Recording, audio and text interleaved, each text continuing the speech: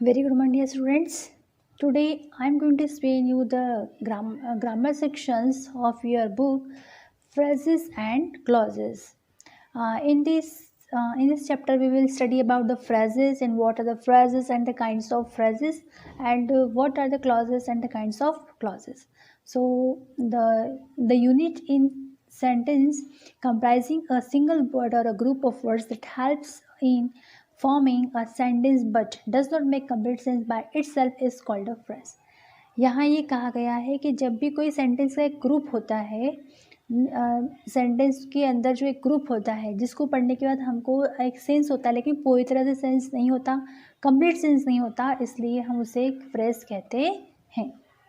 Unlike an independent clause और a sentence, ये एक तरह से एक अनलाइक और इंडिपेंडेंट क्लॉजेस होते हैं.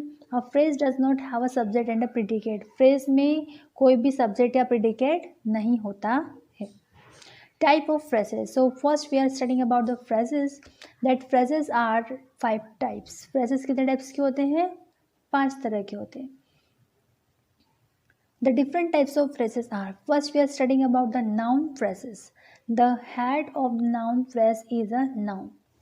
नाउन फ्रेज क्या होता है? जब अगर हमारा जो हेड है, head of the noun phrase से अगर, तो वो नाउन होगा. जैसे माई फादर इज़ हैप्पी, यहाँ पर माई फादर इज़ हैप्पी में माई फादर जो है, फादर जो है वो क्या है?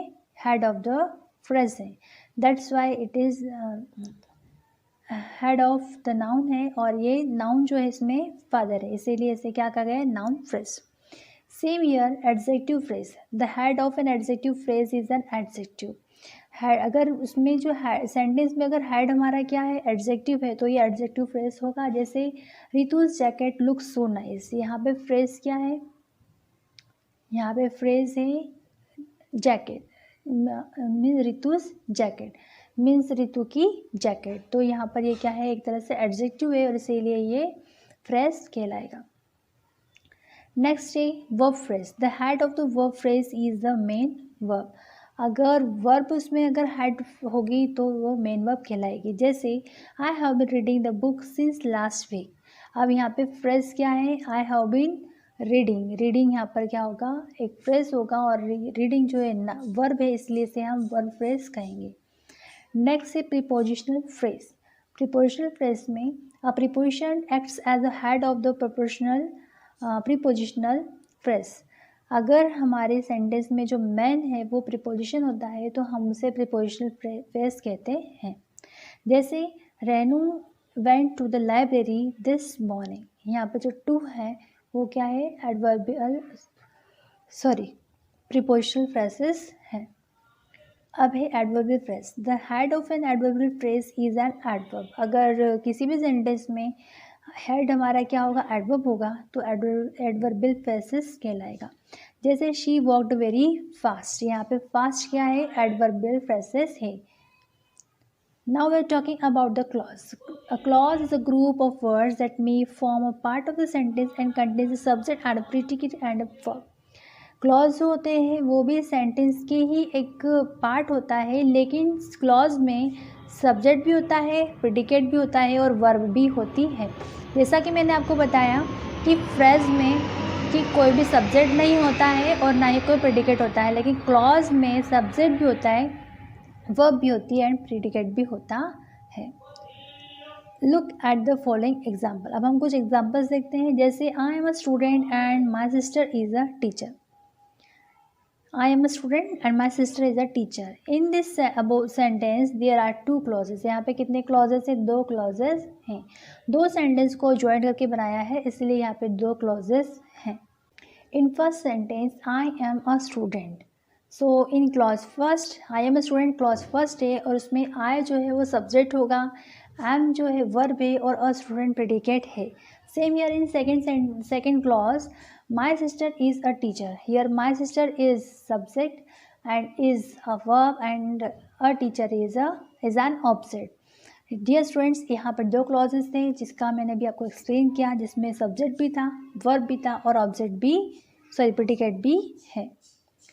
The above sentence have a subject predicate and a verb, therefore we call them clauses. यहाँ पे सब्जेक्ट भी है, प्रेडिकेट भी है और वर्ब भी है, इसीलिए हम क्या कहेंगे? इसे क्लॉजेस कहेंगे.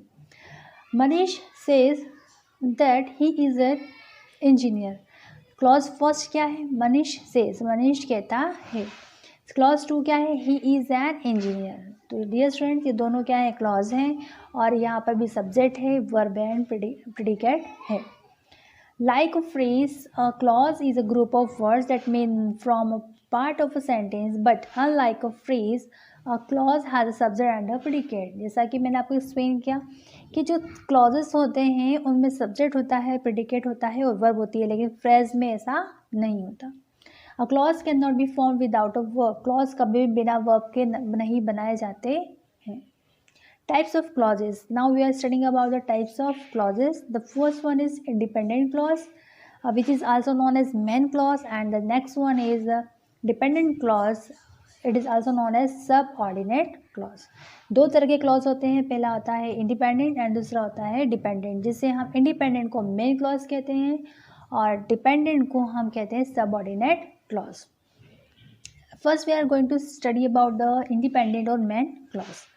Clauses that have a subject and a finite verb and makes complete sense by themselves are called independent or main clause.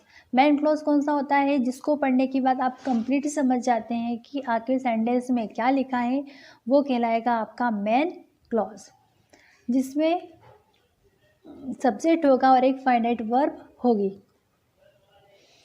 An independent clause can stand alone as a sentence. एक independent clause जो होता है वो अकेले, उसको आप अकेले लिख सकते हैं, उसके लिए आपको किसी भी अदर क्लॉज की ज़रूरत नहीं पड़ती। Next look at the following example. जैसे Amit drives to work early. In above sentence has subject Amit and a finite verb drives. यहाँ पे अमित जो है वो सब्जेक्ट है और वर्ब जो है इसमें फाइनाइट वर्ब वो है drives. Since the sentence has only one finite verb, we can say that the sentence is made up of only one clause. जैसे अब यहाँ पे आप सभी देख चुके हैं कि एक ही सब्जेक्ट है और एक ही वर्ब है, और इसीलिए हम इसे मेन क्लॉज कहेंगे, मीन्स इंडिपेंडेंट क्लॉज कहेंगे, क्योंकि ये क्लॉज किसी और सेंटेंस पर डिपेंड नहीं है। नेक्स्ट है डिपेंडेंट और subordinate clause. A dependent clause depends on the main clause to make complete sense. जो डिपेंडेंट क्लॉज होते हैं वो इंडिपेंडेंट क्लॉज पर डिपेंड होते हैं, क्योंकि उनके बिना उनका मीनिंग पूरा नहीं होता, वो उनके बिना अधूरे होते हैं। Dependent clause are also known as subordinate clause as the importance of such clauses is less than the main clause. लेकिन जो सबऑर्डिनेट क्लॉज होते हैं उनका इतना इम्पोर्टेंस नहीं होता बिना किसी इंडिपेंडेंट क्लॉज के। Subordinate clauses are dominated by the main clause in the sentence. Subordinated clause जो है वो बिना independent clause के नहीं लिखे जाते हैं। Look at the following example. जैसे कि एग्जाम्पल है Amit drives to work early, जो हम पढ़ चुके थे। ये है main clause, independent clause, so that he can avoid the last minute rush. ये है क्लॉज टू। सेकंड वाला जो है हमने लिखा है कि Amit drives to work early. Amit जो है वो ड्राइव करने के लिए जल्दी उठ जाता है, मीन्स वो अपना काम जल्दी फिनिश कर लेता है, और क्योंकि उसको ड्राइव करके जाना होता है, so that he can avoid the last minute rush, ताकि वो लास्ट में रश से बच सके। तो हमने यहाँ पर इसको अप्लाई किया है इसलिए ताकि जो सेकंड क्लॉज है हमारा वो पूरी तरह से डिपेंड है हमारे फर्स्ट क्लॉज पे, इसीलिए हम उसे डिपेंडेंट क्लॉज कहते हैं। Now we are talking about the different types of dependent clause. Dependent clause होते हैं वो भी डिफरेंट टाइप्स के होते हैं, जैसे noun clauses, adjective clauses and adverbial clauses. A noun clause serves as a noun in the sentence. Noun clause जो है वो सेंटेंस में नाउन की तरह वर्क करता है। It can act as the subject or the object or the complement of the verb. ये किसकी तरह वर्क करता है? सब्जेक्ट की तरह या फिर ऑब्जेक्ट की तरह या फिर किसी भी वर्ब के कॉम्प्लीमेंट की तरह। और the object of the preposition in a sentence. A noun clause begins with how, that, what, when, where, whether, which, who, why. It is also known as a nominal clause. इसे आप nominal clause भी कह सकते हैं। Look at the following example. What I did for you. Is known to all means यहाँ पे noun clause क्या है, what I did for you ये सब्जेक्ट है, और इज़ नॉन टू ऑल क्या है, ऑब्जेक्ट है. Next is the police counted ये सब्जेक्ट है, और how we had saved many lives ये है noun clause object. Now we are talking about the adjective clauses. An adjective clause is a subordinate clause that modifies a noun or the main clause. Adjective clause वो होते हैं जो क्या modified करते हैं, वो noun को modified करते हैं या फिर वो main clause कहलाते हैं. It begins with a relative pronoun. किससे शुरू होते हैं ये, that, who, which, whom और whose. It may also begin with a relative adverb. ये relative adverb से भी start होते हैं जैसे when, where and why. And adjective clause is also known as a relative clause. हम एडजेक्टिव क्लॉज को relative clause भी कह सकते हैं. जैसे Bharat who was the brother of Ram was the king of Ayodhya. यहाँ पे कहा है कि भरत यहाँ पे नाउन है, and who was the brother of Ram क्या है, एडजेक्टिव क्लॉज है. Now Mahesh bought the car ये है नाउन, और the that Renu sold adjective clause होगा. यहाँ पे बीच में जब आप सेंटेंस को ज्वाइन करते हैं हु, एक कंजक्शन वर्ड यूज़ करते हैं, हु, व्हाट, वेयर, हाउ ये सब लगाकर, तब वो क्या कहलाता है, नाउन क्लॉज कहलाता है, सॉरी एडजेक्टिव क्लॉज कहलाता है. As a clause must have a verb in it, we can identify the number of the clauses in the sentence just by counting the number of the verb in the sentence. Sentence में कितनी verb है उसको count करके आप बता सकते हैं कि आखिर इसमें कौन सा clause है. Since there are two verbs in both sentence, हमने देखा कि दोनों sentence में कितनी verb है, दो verb हैं दोनों में.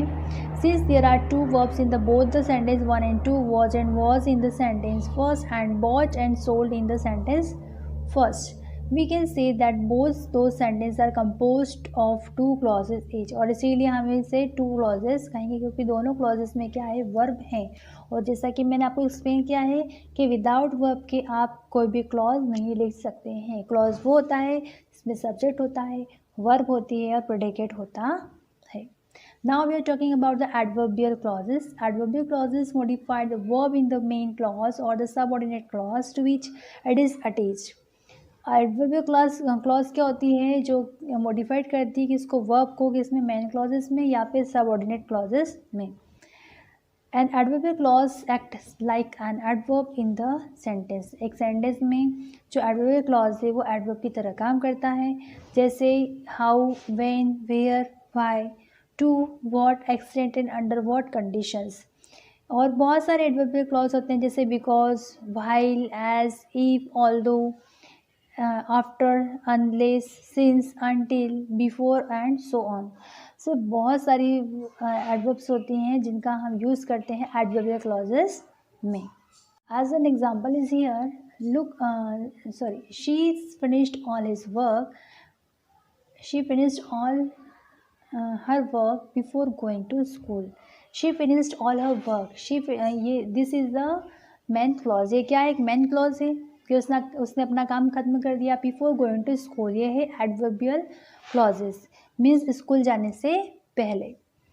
Rama has been dancing since the party began. Rama जो है वो डांस कर रही होगी, और ये है मेन क्लॉज, और इसके सिंस द पार्टी बिगेन ये है adverbial clause. Adverbs modified action words in a sentence. Adverbial clause modified the verb of the main clause. Main clause में verb को modify करता है कौन, adverbial clause. Just as the placement of the adverb in the sentence is somewhat flexible, और इसलिए ये इसका जो यूज़ है वो फ्लेक्सिबल होता है. And adverbial clause can be place either before और मेन क्लॉज और आफ्टर द मेन क्लॉज. या तो मेन क्लॉज के पहले यूज़ कर सकते हैं या फिर मेन क्लॉज के बाद भी आप इसका यूज़ कर सकते हैं. Thank you.